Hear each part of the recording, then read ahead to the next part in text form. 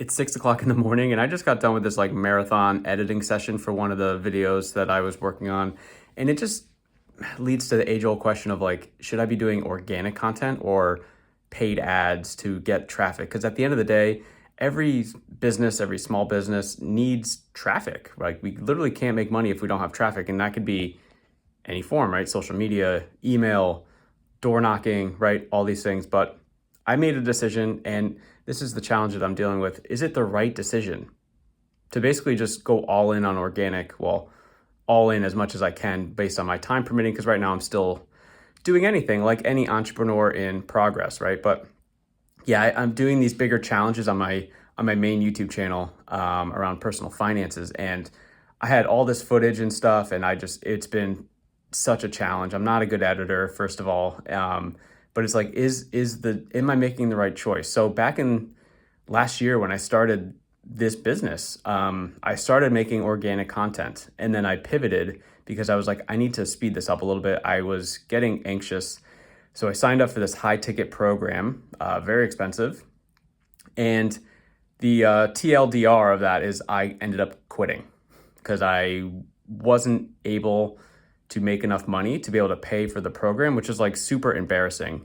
The program itself was $16,000.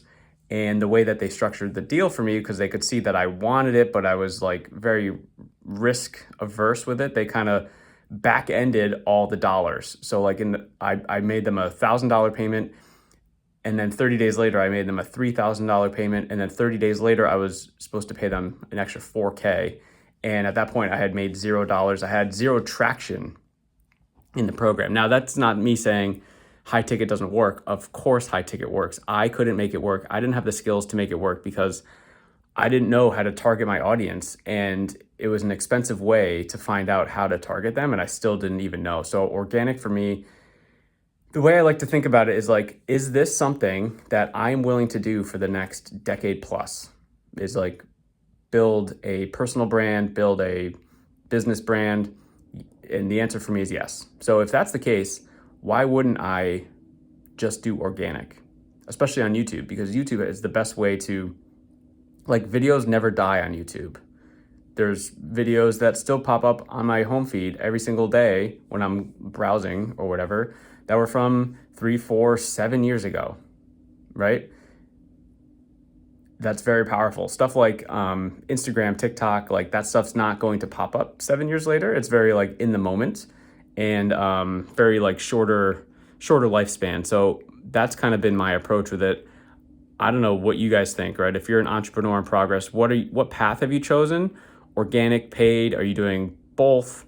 Let me know, because right now I'm strictly just doing organic, and I'm just wondering, like, is it the right path, especially after going through that marathon of an editing session. And I mean, the next video is coming around the corner. Like, I have to start the next video because it's all about momentum and consistency with organic. Like, I can't post once a month and expect all this stuff to happen, right?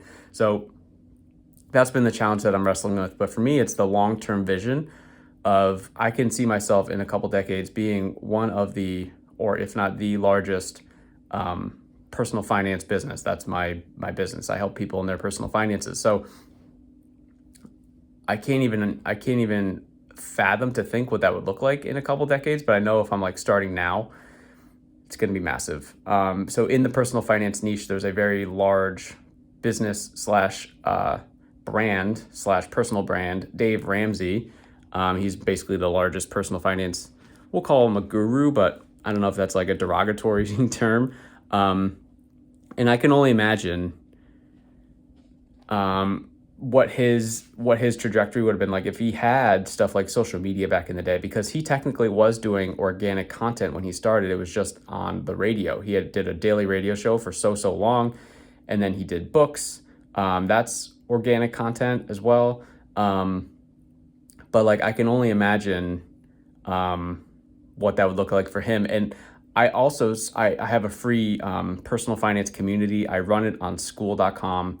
Definitely worth checking out, by the way, if you're a small business owner noob like me. They make it so simple. I have a link in the description if you want to check it out. But I think all the time, like, so Dave Ramsey is this huge personality, business, thing, right? His business does hundreds of millions of dollars or is worth hundreds, whatever, right? Whatever. I can only imagine if he started a online community 30 years ago. Obviously, they didn't exist 30 years ago, or they weren't like mainstream like they are today. But if he had that, how many people would be in his like free community? Like probably tens of millions of people. I don't know. He's connected with so many people over the years through the radio and now on social media. Like his team is just blasting out content. I would find it very hard to believe that he wouldn't have 10 million people in his free group, right? And then off of that free group, he would have different arms. I like to think about it like octopus arms, where it's like, okay, you have everyone that goes into this free group, and then you have all of this, all of these different businesses kind of branching off from that. So think about it like the 8 tentacles of an octopus. That's kind of where I want my brand to go eventually. So right now I'm just focusing on one avatar, one type of person to help in their personal finances, because personal finances is a very large term. You could think of that as saving money, paying off debt, investing money, taxes, I don't know, real estate, whatever. Like there's so many different arms that you could do. So that's kind of my vision and why I think organic is good, because I just think it's going to warm people up to the idea of working with me, or eventually like my company. It's kind of weird to call it a company. I haven't made $1 online yet. I'm still helping people for free. But that's kind of where I'm thinking.